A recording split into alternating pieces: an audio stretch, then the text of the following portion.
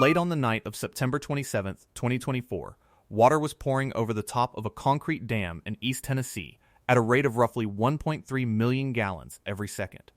To put that number somewhere your mind can hold it, the peak flow of Niagara Falls is around 700,000 gallons a second. This dam was passing nearly twice the flow of Niagara Falls, over the top of a structure that had been built in 1913. And at that moment, the Tennessee Valley Authority issued the most serious warning in its entire vocabulary. Not a flood watch, not a flood warning, a condition red warning of imminent breach, meaning conditions had developed that could cause the dam to fail at any time. Downstream, a mandatory evacuation went out for every resident along the river, citing the imminent failure of the dam. For a stretch of that night, the engineers watching it could not even see the dam through the conditions, and they genuinely did not know whether it would still be standing by morning. This is the story of the Nolichucky Dam, a century-old concrete wall in the southern Appalachians that was hit by one of the most extreme rainfall events in modern American history and pushed to the very edge of failure. Everything in it is documented by the TVA, the National Weather Service, and local reporting. And the crucial fact, the one to hold on to from the start, is that the dam did not fail. It held. But how close it came, what the flood did destroy, and what it reveals about a fleet of aging dams facing a changing climate is a story worth understanding, because the Nolichucky is not unusual. It is just the one that got pushed hardest, on camera, in front of a fleeing population. Start with the dam itself, because its age and its condition are the whole story.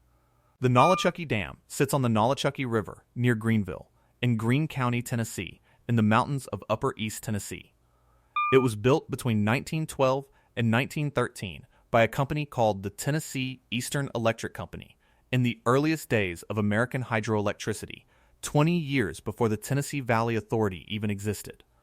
It is a concrete gravity overflow dam, 94 feet high and 482 feet long, and it holds back a reservoir called Davy Crockett Lake, named for the frontiersman who was born just a few miles upstream in 1786. This is not a modern structure. It is a relic of the era of the Model T, a dam that has been standing on that river for more than 110 years. For decades it made electricity. The original builders installed generators. Later owners added more. The East Tennessee Light and Power Company bought it in 1941, and the TVA acquired it in 1945 and kept generating power there. But something was happening behind the dam that would, in the end, define how it behaved in a flood. The reservoir was filling up with sediment. The Nolichucky is a notably sediment-heavy river. It drains steep, erodible mountain country, and it carries a heavy load of silt and sand down out of the highlands. Behind a dam, all of that material has to go somewhere, and where it goes is the reservoir bottom. Davy Crockett Lake began filling in almost from the start, and it never stopped. This is the detail that matters most, so it is worth slowing down on. A river carries silt and sand and gravel, and when it hits the still water behind a dam, that sediment drops out and settles on the reservoir bottom.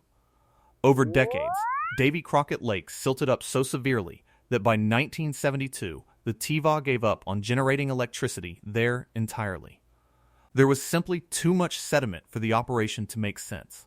Today, the reservoir behind the Nolichucky Dam is largely filled with sediment, and a reservoir full of sediment is a reservoir that can no longer hold much water. Understand what that means for a flood, because it is the key to the entire night of September 27th. A normal dam with a deep reservoir has storage, empty space it can use to catch a surge of floodwater and then let it out slowly and safely over the following days. That storage is a dam's shock absorber. The Nolichucky Dam has almost none. Filled with more than a century of sediment, it functions less like a reservoir and more like an overflow weir, a wall that the river simply pours over. In an ordinary year, that is fine, but it means the dam cannot absorb a flood.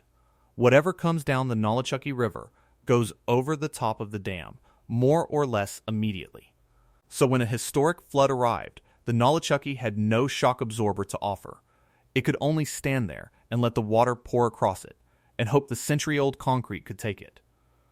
Now, the rain. In the last week of September 2024, the remnants of Hurricane Helene moved up out of the Gulf and stalled over the southern Appalachians. And what followed was one of the most catastrophic rainfall events the region has ever recorded. Some locations in the TVA's footprint received over 20 inches of rain. It was a storm of a magnitude that in many places exceeded anything in the historical record, the kind of event hydrologists describe in the language of once in 1,000 years. Helene became one of the deadliest hurricanes to strike the United States in decades, and the worst of its destruction was not on the coast, but here, in the mountains, where the rain fell on steep terrain and funneled into narrow river valleys with nowhere to go but up and downstream. Western North Carolina, around Asheville, was devastated. Whole communities in East Tennessee were cut off. Hundreds of people across the southeast died, and an enormous share of that water drained into the Nolichucky River and headed straight for the 1913 dam that could not hold it back. Before the water ever reached the dam, the Nolichucky River had already produced some of the most harrowing scenes of the entire hurricane. Upstream, at Erwin, Tennessee, the river rose so fast and so high that it surrounded a hospital, and patients and staff had to be rescued by helicopter from the rooftop as the water climbed around the building, an image that became one of the defining moments of the disaster. Along the same river, industrial sites flooded, homes were swept from their foundations, and lives were lost. This was not a river gently cresting its banks. It was a wall of mountain runoff moving with lethal speed and force through narrow valleys, and all of it was converging downstream on a century-old dam near Greenville that had no way to slow it down. On Friday, September 27th, the Nolichucky River began to rise at 2 feet every hour. That is an almost unimaginable rate for a river, the kind of rise that leaves no time to react, that washes out roads and bridges faster than anyone can respond. Across upper East Tennessee, the flooding was already tearing apart infrastructure, severing roads and destroying bridges, and the river kept climbing, up the face of the Nolichucky Dam and over its crest. And then the volume going over the top became staggering. By 11 o'clock that night, roughly 1.3 million gallons of water were pouring over the dam every second, nearly twice the peak flow of Niagara Falls, sustained, in the dark, over a 111-year-old concrete structure. The water crested at 9.5 feet above the previous record level, which had been set back in 1977. Nothing in the dam's long life had ever tested it like this. That is when the TVA issued the condition red warning of imminent breach. It is worth being precise about what that warning meant, because it was not routine caution. A condition red imminent breach warning is the TVA's declaration that conditions have developed that could lead to the dam failing at any moment. Part of what drove it was that the operators had lost visibility of the dam under the flood conditions, and combined with the sheer rate at which the river was rising, they could not rule out that the structure was failing or about to, so they treated it as if it were. A mandatory evacuation was ordered for all residents of South Hamblen County along the Nolichucky River, citing the imminent failure of the dam. The warning was clear that potentially life-threatening flooding could occur as far downstream as Douglas Reservoir, and local emergency management agencies scrambled to move people out of the path. President Biden approved an emergency declaration for Tennessee. For that stretch of the night, the official position of the agency that maintains the dam was that it might be about to give way, and that anyone below it needed to get out. Here is why the fear was real, and not an overreaction. A concrete gravity dam, like the Nolichucky, is designed to hold water back, not to have enormous volumes of water pour continuously over the top of it. When water overtops a dam at that scale, it comes down the downstream face and slams into the ground at the base, at the toe of the structure. That falling water can scour and erode the foundation, the rock and soil the dam is anchored to. If it digs away enough of that foundation, it can undermine the dam from below, and a dam that loses its footing can fail. This is not a hypothetical failure mode. It is one of the most common ways dams are actually destroyed. Foundation scour and erosion at the toe is exactly what tore apart the main spillway at Oroville in 2017 and nearly took its emergency spillway, and it is the mechanism behind a long list of dam failures worldwide. A dam is only as stable as the ground it stands on, and moving water is astonishingly good at removing ground. For the Nolichucky, a century-old structure, hit with twice the flow of Niagara for hours, with no one able to see what was happening at its base. The possibility that the foundation was being eaten away in the dark was entirely plausible. The engineers were not imagining a danger. They were watching for one they could not see. And the flood did destroy part of the complex. The old powerhouse, the building that had housed the generators for decades, standing beside the dam long after it stopped producing power, was damaged beyond repair by the floodwaters. It was later demolished. So this was not a case of a dam shrugging off a storm untouched. The water was powerful enough to wreck a substantial concrete building right next to the dam. The dam itself, the wall holding back the river, was the thing in question all night. It held. By Saturday, September 28th, the worst had passed. The TVA's River Forecast Center determined that the headwaters of the Nolichucky had crested, and the water began to recede, dropping at about a foot every hour. In the early afternoon, the National Weather Service canceled its flash flood warning for the area and said the dam was no longer at risk of imminent failure. And at 4:10 that afternoon, after a thorough review by its dam safety team, the TVA declared the Nolichucky Dam stable and secure, transitioned it to an advanced monitoring mode, and exited the emergency condition. The 1913 concrete had taken nearly twice the flow of Niagara Falls, an imminent breach warning, and a night no one who watched it will forget, and it was still standing.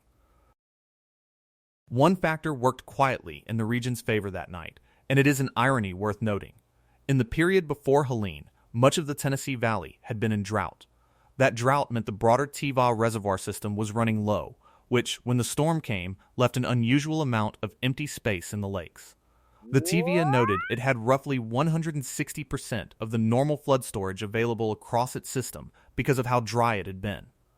The same dry spell that had been a problem all summer became, in the moment of the flood, a cushion, extra room in the bigger reservoirs upstream and across the system that helped absorb what the mountains were shedding. It did not save the Nolichucky, which had no storage of its own to speak of, but it helped the wider system move a record amount of water without more dams reaching the edge that the Nolichucky reached.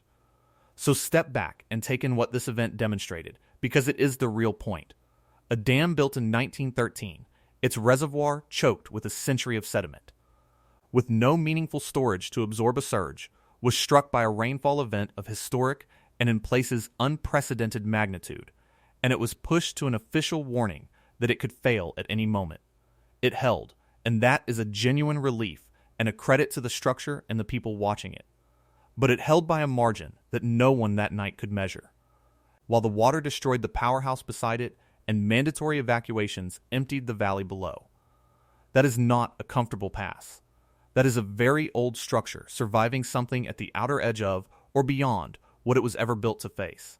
And the Nolichucky is not an isolated case. It is one dam in a region full of aging dams, and the TVA operates dozens of them. Many built in the 1930s and 40s, now 80 and 90 years old, with some, like the Nolichucky, older still. In the wake of Helene, the TVA launched what it calls a Regional Mountain Dams Safety Initiative, taking a hard new look at its mountain dams. As of early 2026, that work includes studying and sealing cracks in the spillway of Chattooge Dam on the North Carolina-Georgia line, and sharing inundation maps with downstream communities so people know what a failure would flood. The TVA has been careful to say these situations are not emergencies in dam safety terms, that it is acting proactively with heightened urgency rather than responding to imminent danger. That is the responsible posture, and it is the right one. But the fact that a storm like Helene sent the agency back to re-examine its whole fleet of mountain dams tells you something about how the ground has shifted beneath this infrastructure. The national picture is the same story at a larger scale. The United States has tens of thousands of dams, the majority of them more than half a century old, in the American Society of Civil Engineers, which grades the country's infrastructure, has for years given the nation's dams a grade of D. Thousands are classified as high hazard, meaning failure would likely cause loss of life. It is the same underlying condition that brought the tallest dam in America, at Oroville, within hours of an uncontrolled release in 2017, that keeps engineers permanently reinforcing Lewisville Lake Dam above Dallas, that forced the complete rebuild of Arizona's Roosevelt Dam, and that pushed the largest dam system in the country, on the Missouri River, within a hair of its capacity in 2011. Old structures, built to the standards and the climate of an earlier era, being asked to hold against extremes their designers never imagined.